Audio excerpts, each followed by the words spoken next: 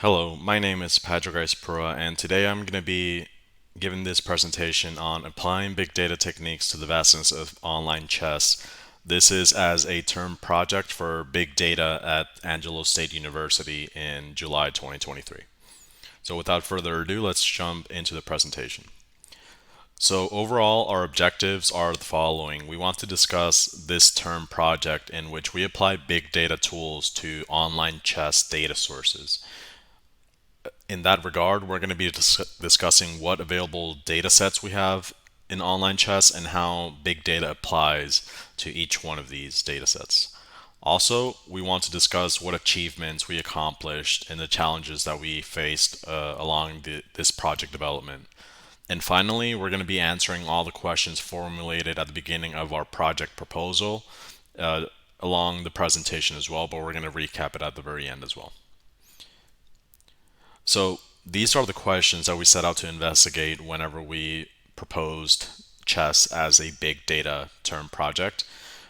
Some of these are related to how can we ingest data coming from chess into an Apache Spark or rather a PySpark data frame.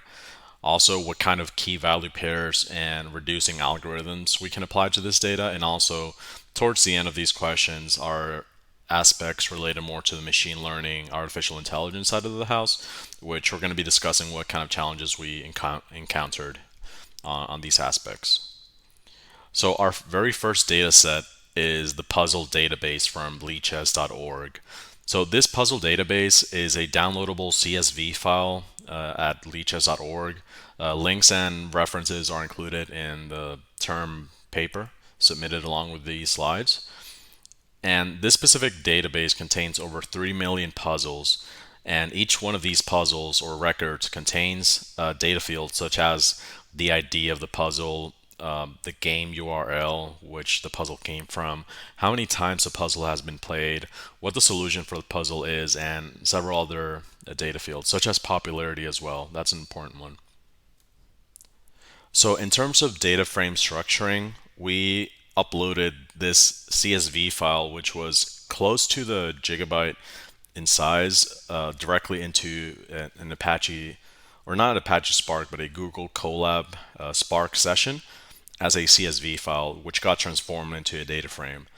So all of these values are treated as either strings or integers, and that's something that gets defined whenever the data frame schema is being either loaded or is being inferred by the program. So as you can see here on the slide, we have already imported our our CSV file as a data frame, and we have fields such as rating difference, popularity, and how many times a puzzle was played, as well as the themes that chess themes that we can find in that specific puzzle. So before we went on to reducing the data and applying big data to it, we did perform some data frame manipulation on it because for some reason, whenever these hyperlinks get shown with a show method on data frame on the data frame, they somehow get mixed up with the characters separating the columns. So we did have to include a space in between one column and the other just so we can get the link uncorrupted. So this is one example of a reduction that we can perform on chess data. As you can see, we have chess themes such as short, middle game, end game, crushing, and advantage, which are some of them over 1 million records, and most of them are well over the 100,000 puzzle records. All the details of specific coding and such can be found in the Google Collaboratory that's going to be shared along with these presentations and papers. We also applied the same logic to reducing the popularity counts for each puzzle. So what we did is we repeated the same process except this time for the popularity column. And in this way, we can get a distribution of what the popularity score is for Lichess puzzles. We can see that most puzzles are very well into the 80s and 90s. The statistical mode of the puzzles being 93 as a score, which very with very low reaching 99s and more than enough reaching 100. So this is another example of how we reduce the puzzle database. So I would say the most complicated part of this project was treating our second dataset, which is the standard databases. So for reference, I do have a sample on the right side of the slide, and a PGN file is a text pattern, such as the sample indicates, in which there's a tag that contains a value in between quotation marks. So in this example, we can see that the very first tag contained in brackets is event, and the value for that specific tag for this specific game is rated bullet tournament, and there's also a link included there somewhere. And we keep going down the tags, and eventually we're going to reach the game notation itself. So what we accomplished was we are going to retrieve the game moves e4, c5, and these tags called eval and clk, standing for clock. And we're going to see how we did that in just a second. For reference, we use LeechSS October 2018 database because our storage limitations, unfortunately, were not that high. So we we downloaded the highest LeechSS database that we could. These files do come encrypted, so we also had to apply a decryption algorithm to get the full file size and in readable format, of course. By the end of our data processing in the standard database, we were able to once again apply a reduction function to our data. So this graph right here, it shows what are the most popular openings that were played on October 2018 on leechess.org. And if we notice, we do have an outlier at A00, that's an chess opening code for regular openings. And then we also have some spikes here and there, A40, B03, C99, and each one of these codes represent a specific opening and variation name, which is something that we can definitely look up online if you're curious about what these specific openings are. But we applied the same count function as we did last time, and this is the graph that we obtained for October 2018. So the LeechSS API is the final part of our project, and leechess.org offers an API service in which we can request data from the website directly into our project as a JSON response. So for the LeechSS API, they do offer the ability to export games, such as specific usernames games, but that request is very heavily throttled at 60 games per second, only if you're authenticated with a token, and only if you're downloading your own games. So if these conditions are not met, then the export rate for games is somewhere in the 20s or 15s, I think. However, that's why we pivoted to using public user data, which is available through the LeechSS API, and it is considerably much faster to request, and therefore we think it's more appropriate to implement as a big data project. So for our LeechSS API section of the presentation, what we did is we collected the leaderboard's top 200 players, and from that LeechSS response, we also requested to get their username, whether or not they're a patron for the site.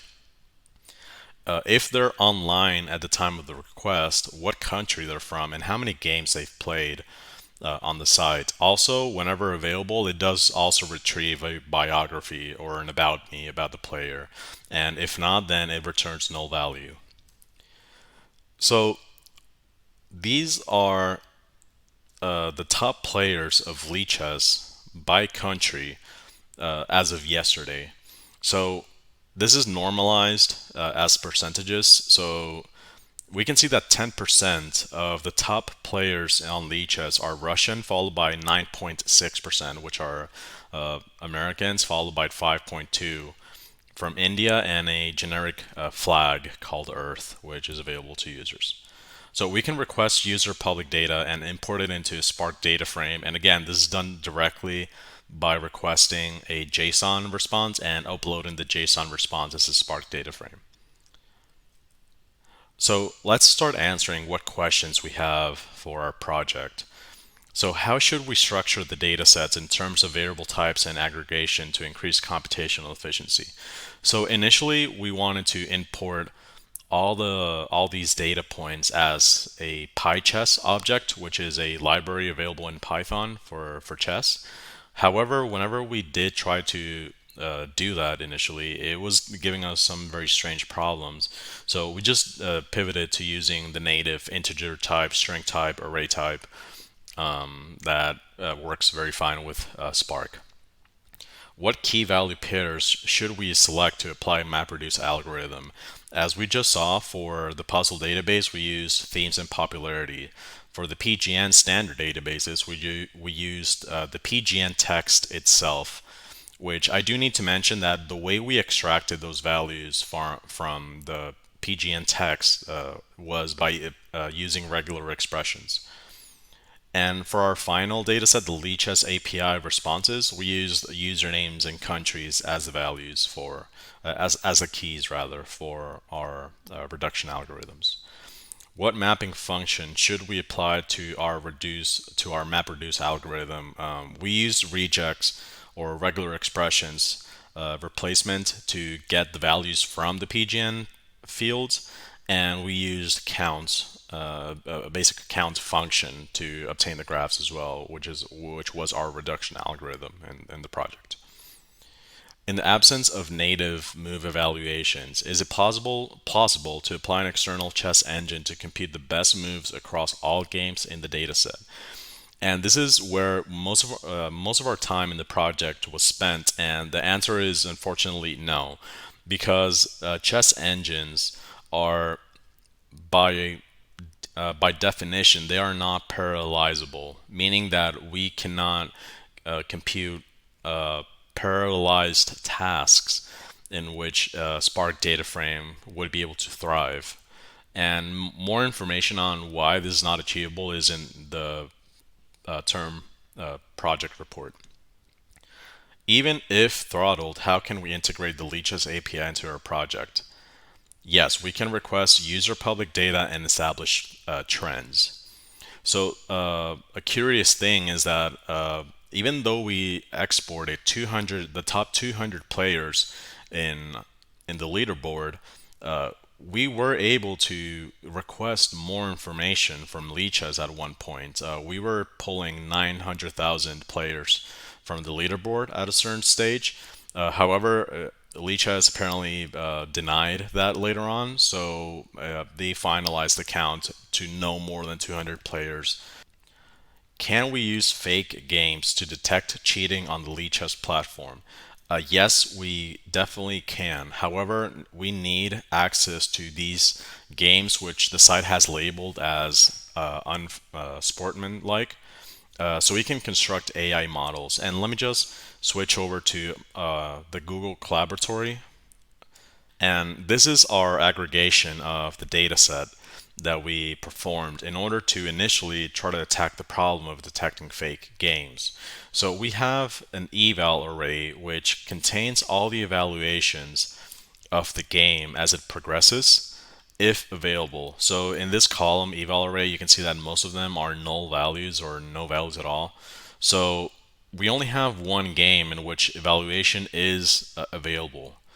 So in the verification array white and verification array black, we have how much time that user spent on the move that they just played, what was the evaluation prior to them making their move, and what was the evaluation after they made their moves. So with these three data points, we might be able to construct either a machine learning or an artificial intelligence model in which we can make a correlation between what is the usual behavior of a given username, how much time they usually spend on moves, And what is the usual difference in evaluations after spending X amount of time? Unfortunately, this is not possible as of today because Lichess does not allow to collect games from users who were labeled as not following fair play policy. So let me jump over to this section of the code. And this code that I'm showing on screen right now is going to return an error because this username has been labeled as not following fair play. So even though they do have games available on their site, and you can follow this link, the games are not returned whenever we call the API to do so. So it is not possible to detect fake games simply because Lichess does not provide us with ground truth sets to do so. What exploratory data analysis can we apply to a resultant data set? And how can we share our findings? So we can do opening preparations on specific usernames. So the way that would work is we would filter and query the data set according to looking for a specific user. Then we could filter out or sort the data set according to what is the opening that they play most frequently. And from then we can retrieve the array containing all the moves from the game, and we can start to analyze exactly what are the moves that they most frequently play. As well, we can also do counts such as the theme counts that we did earlier in this project, the popularity score distribution, what are the most played openings on the site for a given amount of time, and what country has the most players on the site leaderboard, and so on. So, in recap, this project was able to achieve all these answers or all these challenges that we proposed for ourselves, with the exception of using fake games to detect cheating, and with the exception of importing chess engines into the Google collaboratory environment. And again, if you want more reference into why that was not possible, feel free to please contact me or reach out so I can send the final term project report. And I hope you enjoyed the presentation. Please feel free to contact me for any questions you might have. Thank you.